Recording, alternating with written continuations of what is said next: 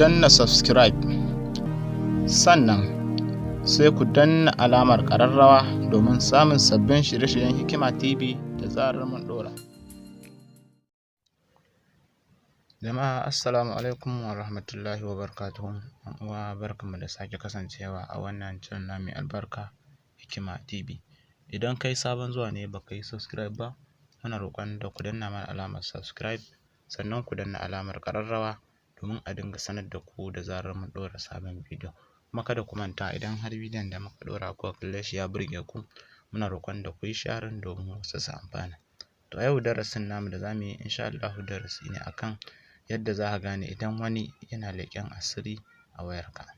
Wato za ka iya ganewa, hanyoyin da za ka gane idan ana ma leƙen asiri a wayarka, wato idan ana leƙen abubuwan da kake kenan. To kamar yadda ya gabata a darasin baya mun kawo in ka san ana iya leƙen asiri a wayarka, muka kawo dalilai da kuma abubuwan da ana iya leƙen asiri a wayar mutum. Sai dai kuma daga yanzu shine muka ga ya dace a ce mun kawo muku hanyoyin, wato yadda za ka gane idan wani yana yin leƙen asiri a cikin wayar taka. To gaskiya kada ka damu idan har kana amfani da wayar Android, to kuma menene za a iya yi ma idan har baka bi wasu matakai na kare kai ba, wanda hakan ba zai sa a samu dama a ma leƙen asiri na wayarka ba. Saboda haka kada ka damu idan har kaga ana ma leƙe su, amma idan ka yi amfani da wannan darasin namu insha Allahu kuma ka duba za ka san ana maka leƙen asiri, domin sai ka bi hanyar da muka bayar insha Allahu sai ka kare kanka daga wannan leƙen asiri da ake ma. Saboda akwai application da dama da ake yin amfani da su wajen leƙen asiri a wayar mutum, wanda amma leƙen asiri kai baka sani ba, ka zo kana amfani da wayarka ko kana wasu abubuwan, to kuma daga can ana ɗaukan wani sirrikanka ko kuma wasu bayananka. Saboda haka yanzu zan fara. Da farko abin da ya dace mutum ya gane shine idan ka zo install na application, akwai bayanai da suke yi game da wannan application. Saboda haka ba kowane application da zarar ka gan shi a Play Store ba za ka yi downloading ɗinsa, ko kuma game an baka shi ka zo ka sauke a kan wayarsa. To yana da kyau kana karanta permission ɗin da suke nunawa kafin ka sauko da wani application. Domin wani application ɗin naka idan za ka sauke ne zai ce za ka ba shi dama inda zai amfani da lambobin wayarka, wani zai ce za ka ba shi dama inda yayin da zai ɗauki kyamara, wani zai ce za ka ba shi dama yayin da zai ɗauke ka bidiyo ko kuma zai saurari voice ɗinka ko wani abin. So irin wannan application a gaskiya irin su wasu ba wai kowanne wanda yake nuna haka wai shine wanda ake leƙen asiri da shi ba haka bane.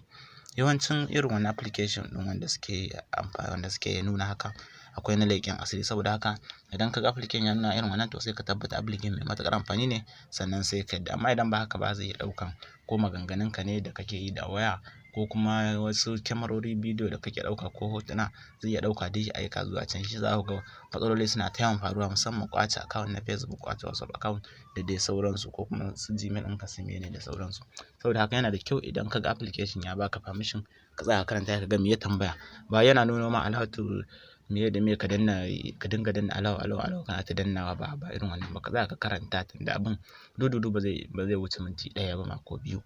Yana da kyau ka tsaya ka karanta. Saboda haka kin karanta wannan shi yake janyowa, shi ne hanya ta farko ma da zai sa a ma leƙen asiri. Domin application ka je ka ɗauko shi baka san ko nawa ba, ko game ka ɗauko shi baka san ko nawa, kai dai kawai ka ga abu ya ma kyau sai ka ɗauko shi, kuma baka san a jikinsa an ba shi dama ya gani wani sirrinka ko wani abun ba wai an yi shi dan kai bane, dan mutane da dama ne. So idan ka irin wannan yana da kyau ka karanta domin ka kare kanka. Sai abu na biyu shine idan batirin wayarka yana saurin ƙarewa. So wani lokacin idan har batirin wayarka yana saurin ƙarewa, kuma wai saurin ƙarewa ba kamar yadda ka saba ba, misali da ka saba amfani da wayarka tana cike kai amfani da ita yadda ya kamata, kuma daga bayan faruwar wani abubuwa a baya, ko kamar ka yi install na wasu application ko wani abin, sai ga batirinka yana saurin ƙarewa haka kawai, sai ga ya ƙare ba tare da ka yi amfani da shi ba. Ko kuma ka ga baya, in ka sa ta a caji ba ta cika, ga dai tana da kyau, cajar ka mai kyau ce, komai naka normal, amma sai wani lokacin baya abin cajin ka yana saurin ƙarewa, ko kuma caji baya hawa. So idan ka ga irin wannan, to yana da kyau ka bincika a cikin wayarka, domin ba za a rasa application da yake leƙen asiri ba. Domin kuwa application da ake iya leƙen asiri da shi a wayar mutum yakan zuwa da saurin zuƙe batir. To kuma kai ka saba amfani da wayarka, kuma ba wai wani abin kai da ita ta yi hakan ba, kawai sai ka ga ya daina haka. To yana da kyau ka binciki dukkan application ɗinka.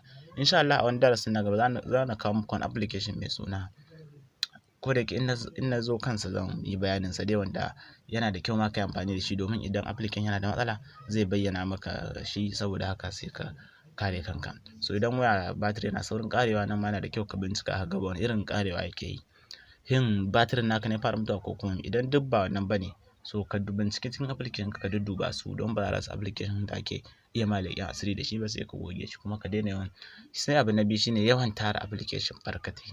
Ka tara application haka, ka tara su ta ko ina su yi yawa sosai da sosai.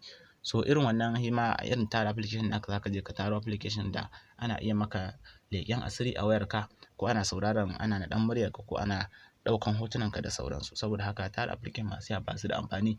Idan har kana haka, to ka daina, ka goge wasu application, ka bar iya wanda kake amfani da su. Sai abu na gaba, abu na uku shine idan wayarka na yawan yin zafi. Wani lokacin idan waya tana yin zafi, ba wai ainihin zafinta bane, misali ka ji ma zafin ba kamar yadda ka saba ba. Haka wani lokacin zaka ji kamar kowa dai ya riga da ya san waya na'ura ce wanda take amfani da wutar lantarki, so kuma takan ɗaukan zafi wani lokacin, musamman yanzu a lokacin zafi tana iya ɗaukan zafi, ko kuma idan ka takura mata da amfani sai ka ga tana yawan ɗaukan zafi. So idan har ba wani abubuwan da kake da ita ne wanda yake haddasa mata ɗaukan zafi kake yi ba, take yi, musamman kana kana yawan sauraron waƙoƙi, ko kuma kana yawan game ko wani abun, wannan suna ɗan haddasa zafin waya. So idan ba wannan kake ba, kawai ka ji wayarka tana ɗaukan zafi, kuma da a baya kwana biyu kafin nan ba hakan take ba, to yana da kyau ka bincika wayar ɗin taka sosai, ka duba wasu irin application kake amfani da su, ka duba sosai sai ka bambance, maybe ana iya leƙen asiri a wayar taka. Sai abu na huɗu, idan kana yin waya kana jin ƴar hayaniya, wato jin ƴar hayaniya haka, idan kana yin waya da wani sai ka ji kana ɗan jin hayaniya haka, wanda baka saba ji ba, wanda kafin nan baka ji, idan kana waya normal kake ji daga maganarka sai maganarsa, amma da zarar ka fara waya kuma sai kana jin hayaniya, ta ko ina hayaniya tana zuwa, kana ɗan jin ta sama sama, wanda ba ka fahimtar abin da ake cewa. To idan kana ɗan yawan jin wannan, gaskiya ka duba sosai, domin kuwa maybe ana iya leƙen asirin, ana iya sauraron abin da kake, domin kuwa irin waɗannan abubuwan da ake amfani da su a waya, a wasu application da ake leƙen asirin, ko kuwa saurari muryoyinka, shine a saurari muryoyin naka shine kana jin ƴar hayaniya haka, alamun ana wannan. To idan kana jin wannan, sai ka san yadda aka yi application da kake amfani da su, ka goge wasu, domin kuwa na gaya muku wasu application na leƙen asiri ne, mu ne duk ba mu sani ba, muke kamar an yi su ne don kyau, don wani abu. Idan kuma wasu daga cikin kayayyakinka haka kawai sun daina aiki, haka kawai sai ga wasu abun, kamar misali irin su test correct ɗin nan, su auto reconnection, su duk irin waɗannan abubuwan da automatic suna aiki, so sai ka ga su wani kilo ga haka, sai ga sun daina aiki. So idan irin wannan ma sun daina aiki haka kawai, to ka bincika wayarka sosai da sosai. Sai abu na gaba ko na biyar shine ka bincika yanayin tafiyar network ɗinka, wato yana da kyau ka kula da yanayin ya network ɗinka yake tafiya, ya datar ka take ƙarewa, ya take. Da farkon abin da ya fi dacewa ka yi kafin binciken network, yana da kyau ka san, in misali kai sub na 200 ko na 100 aka baka misali 1 gig MB, to kamar MB nawa kake ƙara yi amfani da kake da ita. Idan ka WhatsApp ka fito, MB nawa ake yi ba. Idan ka YouTube kai kallo, kaɗan kalli wani ɗan gu kaɗan, MB nawa aka ɗauka. To yana da kyau ka san wa'innan abubuwan, idan kai kaza ga MB da ake ɗauka. To idan kuma ka san hakan, to kuma sai ka samu kawai daga ka shiga ka ɗan yi abu shaf ɗan kaɗan, kana ɗan dubawa, sai ka ga kawai an ɗauke maka MB mai yawa. To idan ka ga irin wannan, yana da kyau ka bincika ka gani, domin kuwa application da ake leƙen asiri da su, so waɗannan application suna da mugun jan data. Kai ka saba amfani da wayarka normal, in ka ɗan yi sub ɗinka kamar MB ɗinka haka guda 100 ko wani abu, sai ka kai abin da kake ɗan so, amma sai ka samu daga ka ɗan yi sub minti 1 minti 2 kana hawa ya ga ya ƙare. To idan kai wannan, yana da kyau ka bincika wasu application ɗin naka, domin kuwa akwai application ɗin da ake maka leƙen asiri, waɗanda aikinsu dukkan wani application da ake leƙen asiri da wani abu sukan amfani da data ne.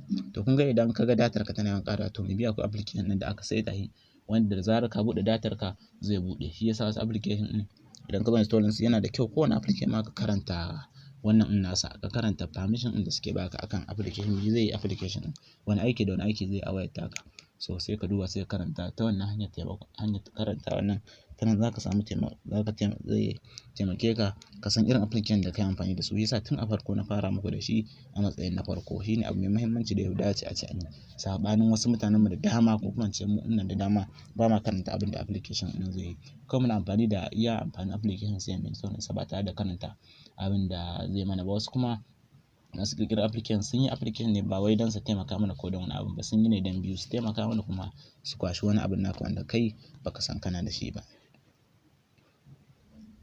Yawwa sai sauƙe application masu garkuwa da hana irin waɗannan. Saboda haka abin da ya dace idan kana tunanin ana leƙen asiri yana da kyau ka sauƙe wannan application da yake hana leƙen asiri, wato anti spy app. Shine anti spy app, gashi nan shine yana sunansa kenan, anti spy app. Yana da kyau ka sauke shi akan wayarka, ko kuma wasu irin su Abbas nan da sauransu. Wannan application da dama suna nan da yawa, amma shi wannan da aka fi amfani da shi shine anti spy app, wanda akwai shi a Play Store, yana da yawa. So shi wannan application yana taimakawa a wajen gano application ɗin da ake leƙen asiri da shi. Kun ga kenan wannan ita ce hanya ta biyu wanda mutum zai gane ana iya leƙen asiri da shi. Wato idan har ana leƙen asiri da shi da kai a wayarka, ko kuma kana tunanin haka, so sai ka saukar da wani application ka install ɗinsa. To in dai har akwai application da bai dace ba na leƙen asiri ne, to zai bayyana maka shi, kuma daga nan kaga sai ka goge. Kaga tun anan an samu maslaha kuma an samu sauƙi. So yana da kyau mutum ya yi amfani da shi. Waɗannan abubuwa guda 6 ko 7 dai su ne abubuwan da ya kamata a ce na faɗe su a yanzu, kafin wani lokacin idan insha Allah na ci gaba da bincike akan irin wannan, zan ci gaba da wayar da kanku akan irin haka. So saboda haka yana da kyau a kula sosai da sosai, musamman kamar ina ƙara tasawa. Wato na farko da na faɗe shi shine karanta abin da suka rubuta maka yayin install na wani application. Sai ɗaya abu mai muhimmanci shine kamar sauƙe application, ka sauƙe shi wannan anti spy app ɗin, wanda shine zai nuna maka cewa akwai application da ake leƙen asiri a wayarka. Saboda haka yana da kyau idan har ka ji waɗannan hanyoyi da na bani a baya, kamar su ɗaukan zafin waya, ƙarewar batirin, caji da sauransu, gudun network, kula da yawan tafiyar network ko wani abin, kaga duk basu yi ba, to abin da ya fi dacewa kawai ka sauƙe application, wanda idan ka sauƙe insha Allahu zai taimaka maka wajen gano maka application ɗin da ake maka leƙen asiri a cikin wayarka. Saboda haka wannan shine ƙarshen wannan darasin namu na yau daga nan Hikima TV. Ku ci gaba da kasancewa da mu a koda yaushe. Insha Allah za mu ci gaba da kawo muku darussuka akan kimiyya da fasaha da sauransu. Kada ku manta ku danna subscribe idan har ba ku yi subscribe ba, sannan ku danna mana ƙararrawar sanarwa domin a dinga sanar da ku da zarar mun ɗora sabon bidiyo. Kuma insha Allahu za mu ci gaba da kawo muku waɗannan darussuka, sannan kuma ku yi sharing ɗinsa domin wasu su amfana. Mun gode da ziyartar wannan channel mai albarka, wato Hikima TV.